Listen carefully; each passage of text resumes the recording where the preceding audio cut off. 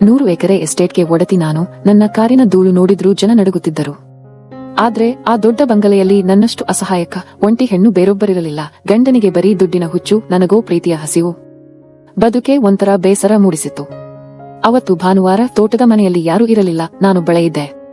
ಹೊರಗಡೆ ಭಾರೀ ಮಳೆ ಶುರುವಾಯಿತು. ಅದೇ ಸಮಯಕ್ಕೆ ಆ ಕುಮಾರ್ ಮಳೆಯಲ್ಲಿ ಪೂರ್ತಿ ನೆನೆದುಕೊಂಡು ಬಂದು ಅಲ್ಲಿ ನಿಂತಿದ್ದ. ಆ ಮಳೆಯ ಚಳಿಗೆ ಅವನು ನಡುಗುತ್ತಿದ್ದಾಗ ನನ್ನ ಅಹಂಕಾರವನ್ನು ಬದಿಗಿಟ್ಟು ನಾನೇ ಅವನ ಹತ್ತಿರ ಹೋದೆ. ಅವನು ಮಾಡಿದ ಆ ಒಂದು ಸಣ್ಣ ಕೆಲಸ ಮತ್ತು ನನ್ನ ಕಣ್ಣೆದುರು ಬಿಚ್ಚಿಟ್ಟ ಆ ಭೀಕರ ಸತ್ಯ ನನ್ನ ಇಡೀ ಅಹಂಕಾರವನ್ನೇ ಸುಟ್ಟು ಬೂದಿ ಮಾಡಿಬಿಡ್ತು. ಅಷ್ಟಕ್ಕೂ ಅವತ್ತು ನಡೆದಿದ್ದೇನು, ಮುಂದೇನಾಗುತ್ತೆ ತಿಳಿಯಲು ಪೂರ್ತಿ ಕತೆ ಕೇಳಿ. ನನ್ನ ಹೆಸರು ನಂದಿನಿ, ವಯಸ್ಸು 40. ಹೊರಗಡೆಯಿಂದ ನೋಡೋರಿಗೆ ನಾನು ಈ ಊರಿನ ಅತಿದೊಡ್ಡ ಎಸ್ಟೇಟ್ ಓನರ್ ಹೆಂಡತಿ. ಕೈತುಂಬಾ ದುಡ್ಡು, ಓಡಾಡೋಕೆ ದುಬಾರಿ ಕಾರುಗಳು, ನನ್ನ ಸೇವೆಕ್ಕೆ ಅಂತ 10 ಆಳುಗಳು. ಆದರೆ ಈ ಬಂಗಾರದ ಪಂಜರದ ಒಳಗೆ ಇರೋ ನನ್ನ ಜೀವಕ್ಕೆ ಮಾತ್ರ ಗೊತ್ತು ಆ ಒಂಟಿತನದ ಬೇಗೆ ಎಂಥದ್ದು ಅಂತ. ನನ್ನ ಗಂಡ ರಾಜೇಶ್. ಅವನಿಗೆ ಬರೀ ಬಿಸಿನೆಸ್, ಮೀಟಿಂಗ್, ದುಡ್ಡು ದುಡ್ಡು. ಹೆಂಡತಿಗೆ ದುಡ್ಡು ಕೊಟ್ಟು ಬಿಟ್ಟರೆ ಅವಳ ಪ್ರೀತಿಯನ್ನ ಕೊಂಡುಕೊಂಡ ಹಾಗೆ ಅಂತ ಅವನ ಲೆಕ್ಕಾಚಾರ.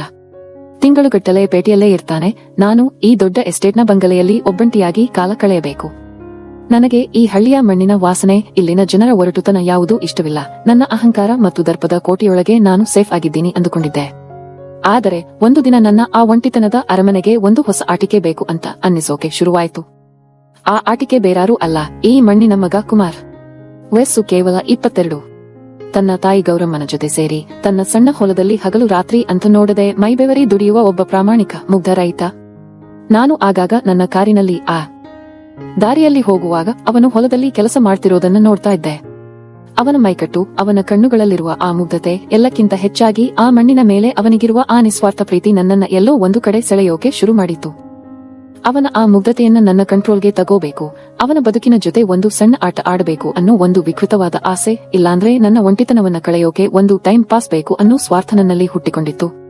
ಒಂದು ದಿನ ಮಧ್ಯಾಹ್ನ ಅವನು ತನ್ನ ಹೊಲದಲ್ಲಿ ಉರಿ ಬಿಸಿಲಿನಲ್ಲಿ ಕೆಲಸ ಮಾಡ್ತಾ ಇದ್ದ. ನಾನು ನನ್ನ ಎಸಿ ಕಾರನ್ನ ಅವನ ಹೊಲದ ಹತ್ತಿರ ನಿಲ್ಲಿಸಿ ಗ್ಲಾಸ್ ಇಳಿಸಿದೆ. ಅವನು ಕಕ್ಕಾಬಿಕ್ಕಿಯಾಗಿ ನನ್ನ ಕಡೆ ನೋಡಿದ. ನಾನು ಮುಖದಲ್ಲಿ ಒಂದು ರೀತಿಯ ವ್ಯಂಗ್ಯದ ನಗು ತಂದುಕೊಂಡು, ಏನೋ ಸೀದಾ ಸಾದಾ ರೈತನೇ, ಇಷ್ಟು ಕಷ್ಟಪಟ್ಟು ದುಡಿತಾ ಇದ್ದೀಯಲ್ಲ, ನಿನ್ನ ಹೊಲದ ರಾಗಿಗಿಂತ ನಿನ್ನ ತಲೆಯಲ್ಲಿರೋ ಪ್ರೀತಿ ಬೇಗ ಬೆಳೆಯುತ್ತೆ ಅನ್ಸುತ್ತೆ ಅಂತ ಸುಮ್ಮನೆ ಕಾಲೆಳೆದೆ. ಅವನಿಗೆ ನನ್ನ ಮಾತಿನ ಅರ್ಥವೇ ಗೊತ್ತಾಗಲಿಲ್ಲ. ಅವನು ತನ್ನ ಬೆವರು ಒರೆಸಿಕೊಳ್ಳುತ್ತಾ ತುಂಬಾ ಮುಗ್ಧವಾಗಿ ಮುಗುಳ್ನಗುತ್ತಾ, ನಮ್ಮ ಮಣ್ಣಲ್ಲಿ ಕಷ್ಟಪಟ್ಟರೆ ಖಂಡಿತ ಫಲ ಸಿಗುತ್ತೆ ಅಂತ ಗೊತ್ತು ಮೇಡಮ್, ಆದ್ರೆ ನಿಮ್ಮ ಮಾತಿನ ಅರ್ಥ ಹುಡುಕೋದು ನನಗೆ ಕಷ್ಟ ಅಂದ. ಅವನ ಆ ನೇರ ನುಡಿ, ಆ ನಿಷ್ಕಲ್ಮಶವಾದ ನಗು ನನ್ನ ಅಹಂಕಾರಕ್ಕೆ ಒಂದು ದೊಡ್ಡ ಸವಾಲು ಅಂತ ಅನ್ನಿಸ್ತು. ದುಡ್ಡಿನಿಂದ, ದರ್ಪದಿಂದ ಎಲ್ಲರನ್ನೂ ಕೊಂಡುಕೊಳ್ಳುವ ನನಗೆ ಇವನ ಈ ಮುಗ್ಧತೆಯನ್ನ ಹೇಗಾದರೂ ಮಾಡಿ ನನ್ನ ವಶಕ್ಕೆ ತಗೋಬೇಕು ಅನ್ನೋ ಹಠ ಶುರುವಾಯಿತು. ಇವನನ್ನ ನನ್ನ ಬಲೆಗೆ ಕೆಡವಿ ಇವನ ಜೀವನದ ಜೊತೆ ಆಟ ಆಡಿ ಕೊನೆಗೆ ಬಿಸಾಕಿದರೆ ಹೇಗಿರುತ್ತೆ ಅನ್ನೋ ಒಂದು ಕ್ರೂರವಾದ ಲೆಕ್ಕಾಚಾರ ನನ್ನ ತಲೆಯಲ್ಲಿ ಓಡೋಕೆ ಶುರುವಾಯಿತು. ಆ ದಿನದಿಂದ ನನ್ನ ಮತ್ತು ಆ ಮುಗ್ಧ ಕುಮಾರ್ನ ನಡುವಿನ ಆಟ ಶುರುವಾಯಿತು. ಅದು ಅವನ ಜೀವನವನ್ನೇ ಬಲಿಪೀಠಕ್ಕೆ ಏರಿಸುವ ಆಟ ಅಂತ ಅವನಿಗೆ ಪಾಪ ಗೊತ್ತೇ ಇರಲಿಲ್ಲ. ಅಂದಿನಿಂದ ನಾನು ಕುಮಾರ್ನ ಕಡೆಗೆ ಹೆಚ್ಚು ಗಮನ ಹರಿಸೋಕೆ ಶುರು ಮಾಡಿದೆ. ನನ್ನ ಕಾರು ಅವನ ಹೊಲದ ಹತ್ತಿರ ಹೋದಾಗೆಲ್ಲ ಸ್ಲೋ ಮಾಡ್ತಿದ್ದೆ. ಅವನ ಕಡೆ ನೋಡಿ ಒಂದು ಅರ್ಥಗರ್ಭಿತವಾದ ಸ್ಮೈಲ್ ಕೊಡ್ತಿದ್ದೆ. ಅವನ ಮುಗ್ಧ ಮನಸ್ಸಿಗೆ ಈ ದೊಡ್ಡ ಮನೆ ಯಜಮಾನಿ ಯಾಕೆ ತನ್ನ ಕಡೆ ಹೀಗೆ ನೋಡ್ತಿದ್ದಾಳೆ ಅನ್ನೋದು ಅರ್ಥವೇ ಆಗ್ತಾ ಇರಲಿಲ್ಲ. ನಾನು ನಿಧಾನವಾಗಿ ನನ್ನ ಜಾಲವನ್ನು ವಿಸ್ತರಿಸೋಕೆ ಶುರು ಮಾಡಿದೆ. ಒಂದಲ್ಲ ಒಂದು ಕೆಲಸದ ನೆಪದಲ್ಲಿ ತೋಟದ ಕೆಲಸ ಇದೆ, ಮೋಟಾರ್ ರಿಪೇರಿ ಇದೆ ಅಂತ ಸುಳ್ಳು ಹೇಳಿ ಅವನನ್ನ ನನ್ನ ಏಕಾಂತವಾದ ತೋಟದ ಮನೆಗೆ ಕರೆಯೋಕೆ ಶುರು ಮಾಡಿದೆ. ಆ ತೋಟದ ಮನೆಯಲ್ಲಿ ಯಾರೂ ಇರಲಿಲ್ಲ. ಕೇವಲ ನನ್ನ ಕೆಲಸದಾಕೆ ಕಮಲ್ ಮಾತ್ರ ಇರ್ತಿದ್ಲು. ಅವಳು ನನ್ನ ಕುತಂತ್ರಗಳನ್ನ ಮೌನವಾಗಿ ಗಮನಿಸ್ತಿದ್ಲು ಅಷ್ಟೇ. ಕುಮಾರ್ ಆ ತೋಟದ ಮನೆಗೆ ಬಂದ್ರೆ ಅವನು ಕೆಲಸ ಮಾಡ್ತಿರ್ಬೇಕಾದ್ರೆ ನಾನು ಅವನ ಸುತ್ತಮುತ್ತಲೇ ಸುಳಿದಾಡ್ತಿದ್ದೆ. ನಾನು ನೇರವಾಗಿ ಅವನಿಗೆ ನಾನು ನಿನ್ನನ್ನ ಪ್ರೀತಿಸ್ತಾ ಇದ್ದೀನಿ ಅಂತ ಯಾವತ್ತೂ ಹೇಳ್ತಿರ್ಲಿಲ್ಲ. ಆದ್ರೆ ನನ್ನ ಕಣ್ಣೋಟ, ನನ್ನ ಹಾವಭಾವ ಎಲ್ಲವೂ ಬೇರೆಯದೇ ಕತೆ ಹೇಳ್ತಾ ಇತ್ತು. ಅವನು ಬಿಸಿಲಲ್ಲಿ ಕೆಲಸ ಮಾಡಿ ಸುಸ್ತಾಗಿ ಕೂತಾಗ ನಾನೇ ಖುದ್ದಾಗಿ ಕಾಫಿ ತಗೊಂಡು ಹೋಗಿ ಕೊಟ್ಟಿದ್ದೆ. ಕಾಫಿ ಕೊಡೋ ನೆಪದಲ್ಲಿ, ಅವನ ಹತ್ತಿರ ಕೂತು ಮಾತಾಡೋ ನೆಪದಲ್ಲಿ ನನ್ನ ಕಣ್ಣೋಟದಿಂದಲೇ ಅವನನ್ನ ಕಟ್ಟಿಹಾಕೋಕೆ ಶುರು ಮಾಡಿದೆ.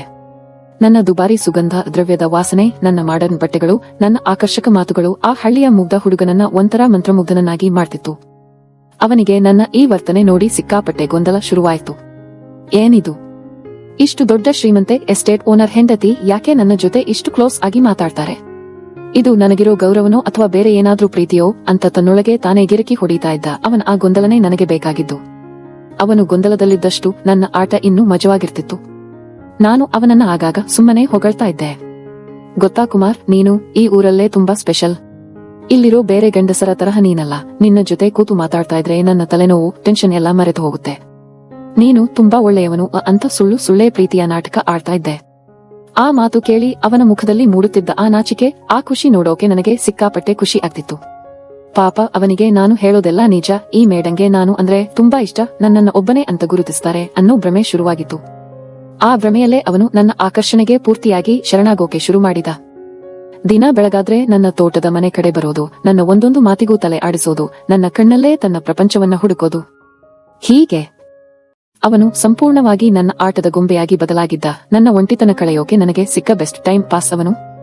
ಆದ್ರೆ ಈ ಟೈಮ್ ಪಾಸ್ ಆಟದಲ್ಲಿ ಅವನ ಬದುಕು, ಅವನ ಹೊಲ, ಅವನ ತಾಯಿ ಎಲ್ಲವೂ ನಾಶವಾಗ್ತಾ ಇದೆ ಅನ್ನೋ ಕರುಣೆ ನನ್ನ ಅಹಂಕಾರದ ಮುಂದೆ ಸತ್ತು ಹೋಗಿತ್ತು. ಅವನಿಗೆ ನಾನು ದೇವತೆಯಾಗಿ ಕಾಣ್ತಿದ್ದೆ, ಆದ್ರೆ ನಾನು ದೇವತೆಯಲ್ಲ, ಅವನ ಪಾಲಿನ ಮಾರಿ ಅನ್ನೋದು ಮುಂದಿನ ದಿನಗಳಲ್ಲಿ ಅವನಿಗೆ ಅರ್ಥವಾಗಬೇಕಿತ್ತು. ನನ್ನ ಜಾಲದಲ್ಲಿ ಸಂಪೂರ್ಣವಾಗಿ ಸಿಲುಕಿದ ಕುಮಾರ್ನ ಪರಿಸ್ಥಿತಿ ದಿನೇ ದಿನೇ ಹೇಗಾಯ್ತು ಅಂದರೆ, ಅವನು ತನ್ನ ಉಸಿರನ್ನೇ ನನ್ನ ಕಂಟ್ರೋಲ್ನಲ್ಲಿ ಇಟ್ಟಿದ್ದಾನೇನೋ ಅನ್ನೋ ಮಟ್ಟಿಗೆ ಬದಲಾಗಿ ಹೋಗಿದ್ದ. ಮೊದಲೆಲ್ಲ ಮುಂಜಾನೆ ಎದ್ದ ತಕ್ಷಣ ತನ್ನ ಹೊಲದ ಕಡೆ ಓಡುತ್ತಿದ್ದ ಆ ಮಣ್ಣಿನ ಮಗ ಈಗ ಬೆಳಗ್ಗೆ ಎದ್ದರೆ ಸಾಕು ನನ್ನ ತೋಟದ ಮನೆ ಗೇಟ್ ಹತ್ತಿರ ಬಂದು ಕಾಯುತ್ತಾ ನಿಲ್ಲೋಕೆ ಶುರು ಮಾಡಿದ. ನಾನೇನು ಅವನಿಗೆ ಸಂಬಳ ಕೊಡ್ತಿರಲಿಲ್ಲ, ಆದರೂ ನಾನು ಕರೆದಾಗೆಲ್ಲ ಓಡಿ ಬರೋದು, ನಾನು ಹೇಳಿದ ಸಣ್ಣ ಪುಟ್ಟ ಕೆಲಸಗಳನ್ನೆಲ್ಲ ದೇವರಿಗೆ ಪೂಜೆ ಮಾಡುವಷ್ಟು ಭಕ್ತಿಯಿಂದ ಮಾಡೋದು, ನನ್ನ ಕಾರು ಹೊರಗೆ ಹೋದರೆ ಸಾಕು ಅದರ ಹಿಂದೆ ಮುಂದೆ ನಾಯಿಯ ಹಾಗೆ ತಿರುಗೋದು ಅವನ ಡೈಲಿ ರೂಟೀನ್ ಆಗಿ ಹೋಗಿದ್ದವು. ಅವನಿಗೆ ನನ್ನ ಈ ಬಣ್ಣದ ಜಗತ್ತು, ನನ್ನ ಕಾರು, ನನ್ನ ಸ್ಟೈಲ್ ಎಲ್ಲವೂ ಒಂಥರ ಮಾಯಾಲೋಕದ ತರಹ ಕಾಣಿಸ್ತಾ ಇತ್ತು. ತನ್ನ ಹಳ್ಳಿಯ ಬಟ್ಟೆಗಳನ್ನು ಬಿಟ್ಟು ನನಗೋಸ್ಕರ ಅಂತಾನೆ ಪೇಟೆಯಿಂದ ಹೊಸ ಶರ್ಟ್ ತಂದು ಹಾಕಿಕೊಳ್ಳೋಕೆ ಶುರು ಮಾಡಿದ್ದ. ಅವನ ಆ ಹುಚ್ಚು ನೋಡಿ ನನಗೆ ಒಳಗೊಳಗೆ ಎಲ್ಲಿಲ್ಲದ ಅಹಂಕಾರ. ಇಡೀ ಊರಿಗೆ ಅನ್ನ ಹಾಕುವ ರೈತನೊಬ್ಬ ನನ್ನ ಸೌಂದರ್ಯಕ್ಕೆ, ನನ್ನ ಸೊಕ್ಕಿಗೆ ದಾಸನಾಗಿದ್ದಾನೆ ಅನ್ನೋದು ನನ್ನ ಒಂಟಿತನದ ಬೇಗೆಗೆ ಒಂಥರ ತಂಪೆರೆಯುತ್ತಿತ್ತು. ಆದ್ರೆ ಇತ್ತ ಅವನ ಹೊಲದ ಪರಿಸ್ಥಿತಿ ಮಾತ್ರ ದಿನೇ ದಿನೇ ಅಧೋಗತಿಗೆ ಹೋಗ್ತಾ ಇತ್ತು.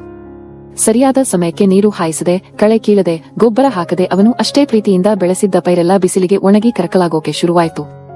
ಆ ಭೂಮಿ ತಾಯಿ ಕೂಡ ಇವನ ಸ್ಥಿತಿ ನೋಡಿ ಅಳ್ತಾ ಇದ್ದಾಳೇನೋ ಅನ್ನೋ ಹಾಗೆ ಹೊಲದಲ್ಲಿ ಬಿರುಕು ಬಿಡೋಕೆ ಶುರುವಾಗಿತ್ತು. ಅವನ ತಾಯಿ ಗೌರಮ್ಮ, ಪಾಪ ಆ ಮುದುಕಿಗೆ ಹೊಲವೇ ದೇವರು.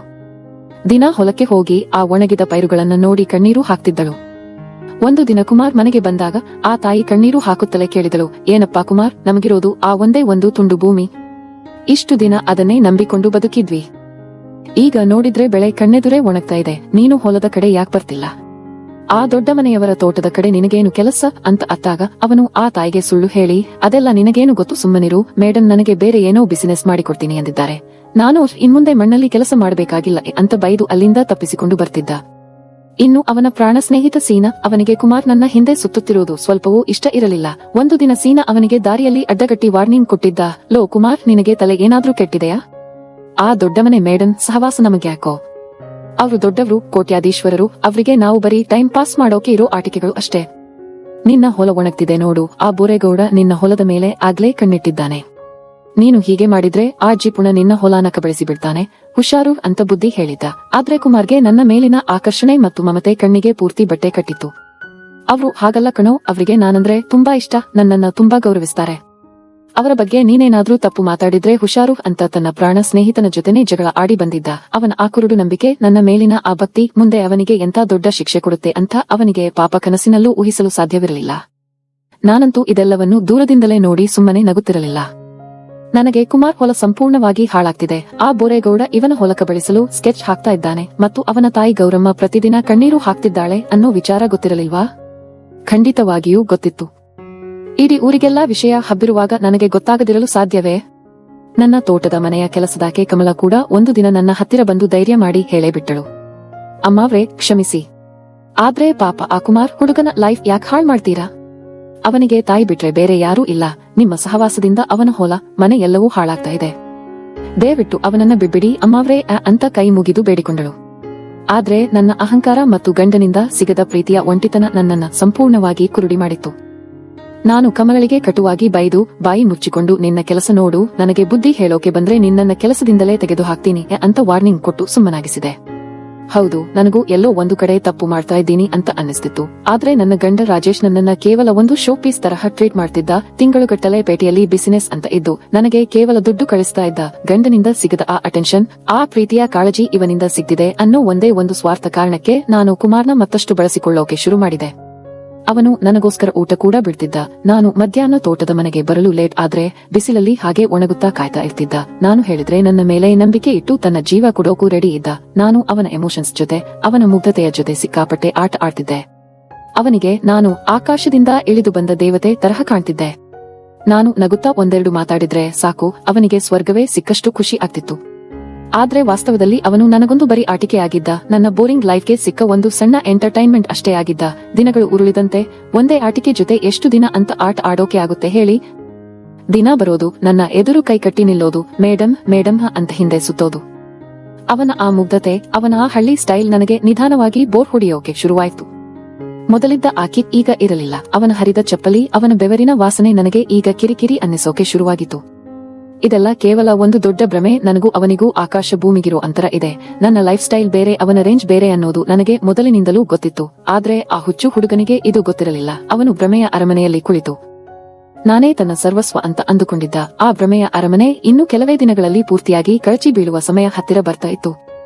ಅವನ ಬದುಕಿನಲ್ಲಿ ಎಂಥ ದೊಡ್ಡ ಬಿರುಗಾಳಿ ಎಬ್ಬಿಸಲು ನಾನು ಕಾಯ್ತಾ ಇದ್ದೀನಿ ಅನ್ನೋದು ಆ ದೇವರಿಗೆ ಪ್ರೀತಿ.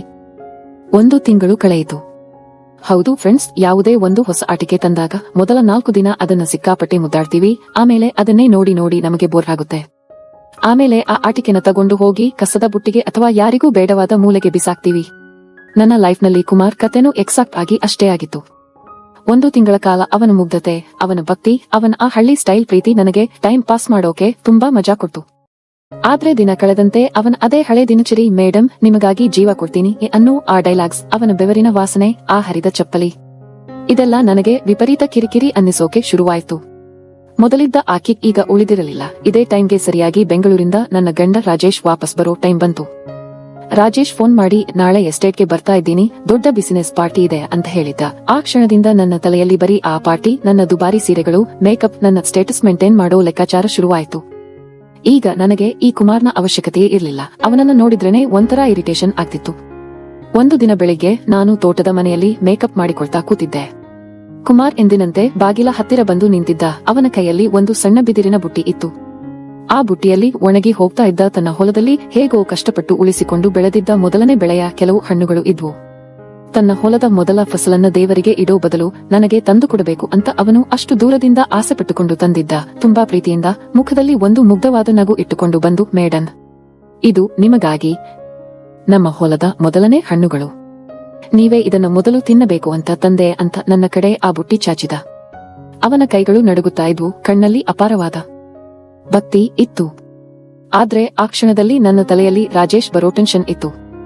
ನಾನು ಅವನ ಕೈಯಲ್ಲಿದ್ದ ಆ ಹಣ್ಣುಗಳ ಬುಟ್ಟಿಯನ್ನು ಒಮ್ಮೆ ಕೆಕ್ಕರಿಸಿ ನೋಡಿದೆ. ಅದರಲ್ಲಿ ಮಣ್ಣು ಅಂಟಿಕೊಂಡಿತ್ತು. ನನಗೆ ವಿಪರೀತ ಕೋಪ ಬಂತು. ನಾನು ಆ ಹಣ್ಣುಗಳನ್ನ ಇಸ್ಕೊಳ್ಳುವ ಬದಲು ಜೋರಾಗಿ ಆ ಬುಟ್ಟಿಗೆ ಕೈಯಿಂದ ಹೊಡೆದು ಬಿಸಾಕಿದೆ. ಹಣ್ಣುಗಳೆಲ್ಲ ನೆಲದ ಮೇಲೆ ಚೆಲ್ಲಾಪಿಲ್ಲಿಯಾಗಿ ಬಿದ್ವು. ಅವನಿಗೆ ಏನಾಗ್ತಿದೆ ಅಂತ ಅರ್ಥ ಆಗುವಷ್ಟರಲ್ಲೇ ನಾನು ಅವನ ಮುಖಕ್ಕೆ ಹೊಡೆದ ಹಾಗೆ ಕಟುವಾಗಿ ಮಾತಾಡಿದೆ. ಯಾಕೋ ಕುಮಾರ್, ನಿನಗೆ ಬೇರೆ ಬುದ್ಧಿ ಇಲ್ವಾ? ದಿನ ಬೆಳಗಾದ್ರೆ ನಾಯಿ ತರಹ ಇಲ್ಲೇ ಬಂದು ನಿಂತಿರ್ತೀಯಲ್ಲ. ನಿನಗೆ ಬೇರೆ ಕೆಲ್ಸ ಇಲ್ವಾ ನಿನ್ನ ಹೊಲದಲ್ಲಿ? ನಿನ್ನ ಈ ಕೊಳೆತ ಹಣ್ಣುಗಳನ್ನ ತಿನ್ನೋಕೆ ನಾನೇನು ದಾರಿಲಿ ಹೋಗೋ ಬಿಕಾರಿ ಅನ್ಕೊಂಡಿದ್ದೀಯಾ ಅಂತ ಗದರಿದೆ. ನನ್ನ ಈ ರೂಪ ನೋಡಿ ಅವನು ಅಕ್ಷರಶಃ ಶಾಕ್ ಆಗಿ ಕಲ್ಲಾಗಿ ನಿಂತು ಬಿಟ್ಟ. ಅವನ ಕಣ್ಣಲ್ಲಿ ನೀರು ತುಂಬಿಕೊಂಡು, ಮೇಡಮ್ ನೀವೇ ಅಲ್ವಾ ಬರಕ್ ಹೇಳಿದ್ದು, ನಾನೇನಾದ್ರೂ ತಪ್ಪು ಮಾಡಿದ್ನಾ ಅಂದ. ನಾನು ಸ್ವಲ್ಪವೂ ಕರುಣೆ ತೋರದೆ ಅತ್ಯಂತ ಕಪೋರವಾಗಿ ವ್ಯಂಗ್ಯವಾಗಿ ನಕ್ಕು ಹೇಳಿದೆ, ನೋಡು ಕುಮಾರ್, ನೀನು ಕೇವಲ ಒಂದು ನೆರಳು ಮಾತ್ರ. ಕತ್ತಲಲ್ಲಿ ಇದ್ದಾಗ ಮಾತ್ರ ಆ ನೆರಳಿಗೆ ಬೆಲೆ ಇರುತ್ತೆ. ಆದ್ರೆ ಬೆಳಕಾದ ಮೇಲೆ ಆ ನೆರಳಿಗೆ ಯಾವುದೇ ಜಾಗವಿಲ್ಲ. ನನ್ನ ಲೈಫ್ಗೆ ಈಗ ಬೆಳಕು ಬರ್ತಾ ಇದೆ. ನನ್ ಗಂಡ ಬರ್ತಿದ್ದಾರೆ. ಇನ್ಮೇಲೆ ನೀನು ಈ ತೋಟದ ಮನೆ ಕಡೆ ಸುಳಿಯಬೇಡ. ನಿನ್ನ ರೇಂಜ್ ಏನು ಅಂತ ತಿಳ್ಕೊಂಡು ಬದುಕು. ಗೆಟ್ ಔಟ್ ಅಂತ ಅವನ ಮುಖದ ಮೇಲೆಯೇ ಬಾಗಿಲು ಡಮಾರ್ ಅಂತ ಹಾಕಿದೆ. ಆ ಮುಚ್ಚಿದ ಬಾಗಿಲಿನ ಆಚೆ ಆಘಾತದಿಂದ ಅವನ ಉಸಿರು ನಿಂತಂತಾಗಿತ್ತು. ತಾನು ದೇವತೆ ಅಂತ ಪೂಜಿಸಿದವಳು ತನ್ನನ್ನ ಬರೀ ಒಂದು ಆಟಿಕೆಯಾಗಿ ಬಳಸಿಕೊಂಡಿದ್ದಾಳೆ ಅನ್ನೋ ಭೀಕರ ಸತ್ಯ ಅವನ ಎದೆಗೆ ಈಟಿಯಂತೆ ಚುಚ್ಚಿತ್ತು. ಅವತ್ತು ಆ ತೋಟದ ಮನೆಯ ಬಾಗಿಲು ಹಾಕಿದ ತಕ್ಷಣ ಕುಮಾರ್ ಜೊತೆಗಿನ ನನ್ನ ಆಟ ಸಂಪೂರ್ಣವಾಗಿ ಮುಗಿದಿತ್ತು. ನನ್ನ ಮನಸ್ಸಿನಲ್ಲಿ ಯಾವುದೇ ಅಪರಾಧಿ ಪ್ರಜ್ಞೆ, ಪಾಪದ ಅರಿವು ಸ್ವಲ್ಪವೂ ಇರಲಿಲ್ಲ. ಯಾಕಂದ್ರೆ ಶ್ರೀಮಂತಿಕೆಯಲ್ಲಿ ಬೆಳೆದ ನನಗೆ ಬಡವರ ಭಾವನೆಗಳ ಜೊತೆ ಆಟ ಆಡೋದು ಒಂದು ಹಕ್ಕು ಅನ್ನೋ ಅಹಂಕಾರ ನನ್ನ ರಕ್ತದಲ್ಲೇ ಇತ್ತು. ಮರುದಿನ ನಾನು ನನ್ನ ದುಬಾರಿ ಐಷಾರಾಮಿ ಎಸಿ ಕಾರಲ್ಲಿ ಕುಳಿತುಕೊಂಡು ಪೇಟೆಯಿಂದ ಬರ್ತಾ ಇದ್ದ ನನ್ನ ಗಂಡ ರಾಜೇಶ್ನನ್ನ ರಿಸೀವ್ ಮಾಡಿಕೊಳ್ಳೋಕೆ ಅಂತ ಹೊರಟೆ. ಕಾರಿನ ಒಳಗೆ ತಂಪಾದ ಎಸಿ, ಒಳ್ಳೆ ಮ್ಯೂಸಿಕ್ ಪ್ಲೇ ಆಗ್ತಾ ಇತ್ತು. ನನ್ನ ಮುಖದಲ್ಲಿ ದುಬಾರಿ ಮೇಕಪ್ ಹೊಳೆಯುತ್ತಿತ್ತು. ನಾನು ಹೋಗುವ ದಾರಿಯಲ್ಲಿಯೇ ಆ ಕುಮಾರ್ನ ಹಳ್ಳಿ ಮತ್ತು ಅವನ ಹೊಲ ಸಿಗುತ್ತಿತ್ತು. ಕಾರು ಆ ಹೊಲದ ಹತ್ತಿರ ಬರುತ್ತಿದ್ದಂತೆ ನಾನು ಸುಮ್ಮನೆ ಕ್ಯಾಶುವಲ್ ಆಗಿ ಕಾರಿನ ಗ್ಲಾಸ್ ಸ್ವಲ್ಪ ಇಳಿಸಿ ಆ ಕಡೆ ನೋಡ್ದೆ. ಅಲ್ಲಿ ಕಂಡ ದೃಶ್ಯ ಎಂಥವರ ಕರುಳನ್ನಾದರೂ ಹಿಂಡುವಂತಿತ್ತು. ಕುಮಾರ್ ತನ್ನ ಆ ಒಣಗಿದ ಹಾಳಾಗಿ ಹೋಗಿದ್ದ ಹೊಲದ ಮಧ್ಯೆ ಒಂಟಿಯಾಗಿ ನಿಂತಿದ್ದ. ಯಾವ ಭೂಮಿಗೆ ಅವನು ಜೀವದಾನ ಮಾಡಬೇಕಿತ್ತೋ ಆ ಭೂಮಿ ಇವತ್ತು ನೀರಿಲ್ಲದೆ, ಪೋಷಣೆ ಇಲ್ಲದೆ ಬಿರುಕು ಬಿಟ್ಟಿತ್ತು. ಒಣಗಿದ ಪೈರುಗಳು ನೆಲಕ್ಕೆ ಉರುಳಿದ್ದವು. ನಾನು ಕೊಟ್ಟ ಆ ನಕಲಿ ಪ್ರೀತಿಯ ಭ್ರಮೆಯಲ್ಲಿ ಮುಳುಗಿ ಅವನು ತನ್ನ ಅಸಲಿ ಬದುಕನ್ನೇ ಸರ್ವನಾಶ ಮಾಡಿಕೊಂಡಿದ್ದ. ಅವನ ಕೈಯಲ್ಲಿ ಕೇವಲ ಒಣಗಿದ ರಾಗಿ ತೆನೆಗಳು ಮಾತ್ರ ಇದ್ವು. ಅವನ ಮೈ ಮೇಲೆ ಸರಿಯಾದ ಬಟ್ಟೆ ಇರಲಿಲ್ಲ, ತಲೆಗೂದಲು ಕೆದರಿತು. ಅವನ ಕಣ್ಣಲ್ಲಿ ಧಾರಾಕಾರವಾಗಿ ನೀರು ಹರಿಯುತ್ತಿತ್ತು. ಆ ಕಣ್ಣೀರು ಅವನ ಒಡೆದ ಕನಸುಗಳ, ಹಾಳಾದ ಬದುಕಿನ ಪ್ರತೀಕವಾಗಿತ್ತು. ಅವನು ತನ್ನ ಆ ಒಣಗಿದ ಪೈರನ್ನೇ ಹಿಡಿದುಕೊಂಡು ನಾನು ಹೋದ ದಾರಿಯನ್ನೇ ಶೂನ್ಯವಾಗಿ ದಿಗ್ಭ್ರಮೆಯಿಂದ ನೋಡ್ತಿದ್ದ. ಆ ಕಣ್ಣುಗಳಲ್ಲಿ ನೂರಾರು ಪ್ರಶ್ನೆಗಳಿದ್ದವು. ಯಾಕೆ ಹೀಗೆ ಮಾಡಿದೆ ಮೇಡಮ್? ನನ್ನ ನಿಷ್ಕಲ್ಮಶವಾದ ಪ್ರೀತಿಗೆ ನೀನು ಕೊಟ್ಟ ಉಡುಗೊರೆ ಇದೇನಾ ಅಂತ ಆ ಮೌನವೇ ಕೂಗಿ ಹೇಳ್ತಾ ಇತ್ತು. ಅವನ ಬದುಕನ್ನ ಕಬಳಿಸಲು ಆ ಜಿಪುಣ ಬೋರೇಗೌಡ ಕೂಡ ಅದೇ ಹೊಲದ ಬದಿಯಲ್ಲಿ ನಿಂತು ನಗುತ್ತಾ ನೋಡ್ತಿದ್ದ. ಎಲ್ಲವೂ ಮುಗಿದು ಹೋಗಿತ್ತು. ಆದ್ರೆ ನಾನು ಆ ದೃಶ್ಯವನ್ನು ನೋಡಿಯೂ ನನ್ನ ಮನಸ್ಸಿನಲ್ಲಿ ಯಾವುದೇ ಪಶ್ಚಾತ್ತಾಪವಿಲ್ಲದೆ, ಒಮ್ಮೆಯೂ ಹಿಂದಿರುಗಿ ನೋಡದೆ, ಕಾರಿನ ಗ್ಲಾಸ್ ಏರಿಸಿಕೊಂಡು ವೇಗವಾಗಿ ಪೇಟೆಯ ಕಡೆಗೆ ಹೊರಟು ಹೋದೆ. ಅವನ ಆ ಕಣ್ಣೀರು ನನ್ನ ಕಾರಿನ ಟೈರಿನ ಧೂಳಿನಲ್ಲಿ ಶಾಶ್ವತವಾಗಿ ಕಳೆದು ಹೋಯಿತು. ಇಲ್ಲಿಗೆ ನನ್ನ ಕತೆ ಮುಗಿಯಿತು. ಆದ್ರೆ ಕುಮಾರ್ ಕತೆ?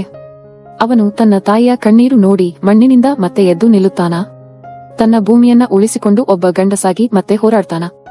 ಅಥವಾ ಆ ಬಣ್ಣದ ಜಾಲದ ನೋವಿನಲ್ಲೇ, ಆ ನಕಲಿ ಪ್ರೀತಿಯ ಭ್ರಮೆಯಲ್ಲೇ ಕರಗಿ ಹೋಗುತ್ತಾನಾ ಅನ್ನೋದನ್ನ ಆ ಕಾಲವೇ ನಿರ್ಣಯ ಮಾಡಬೇಕು. ಫ್ರೆಂಡ್ಸ್, ಶ್ರೀಮಂತರ ಒಂಟಿತನಕ್ಕೆ ಬಡವರ ಮುಗ್ಧತೆ ಯಾವತ್ತಿಗೂ ಬಲಿಯಾಗಬಾರದು. ಈ ಕತೆ ನಿಮ್ಗೆ ಏನ್ ಅನ್ನಿಸ್ತು ಅಂತ ಕಾಮೆಂಟ್ ಮಾಡಿ. Thank you. ಗೆಳೆಯರೇ, ಈ ಕತೆಯಿಂದ ತಿಳಿದು ಬರುವುದು ಏನೆಂದರೆ, ಇಂದಿನ ಪ್ರಸ್ತುತ ಕಾಲಘಟ್ಟದಲ್ಲಿ ಕೇವಲ ಹಣ ಮತ್ತು ಅಂತಸ್ತು ಇದ್ದರೆ ಸಾಲದು. ಸಂಸಾರದಲ್ಲಿ ಪ್ರೀತಿ ಮತ್ತು ಸಮಯ ಕೊಡದಿದ್ದರೆ ಎಂತವರ ಬದುಕು ಕೂಡ ಒಂಟಿತನದಿಂದ ನರಳುತ್ತದೆ.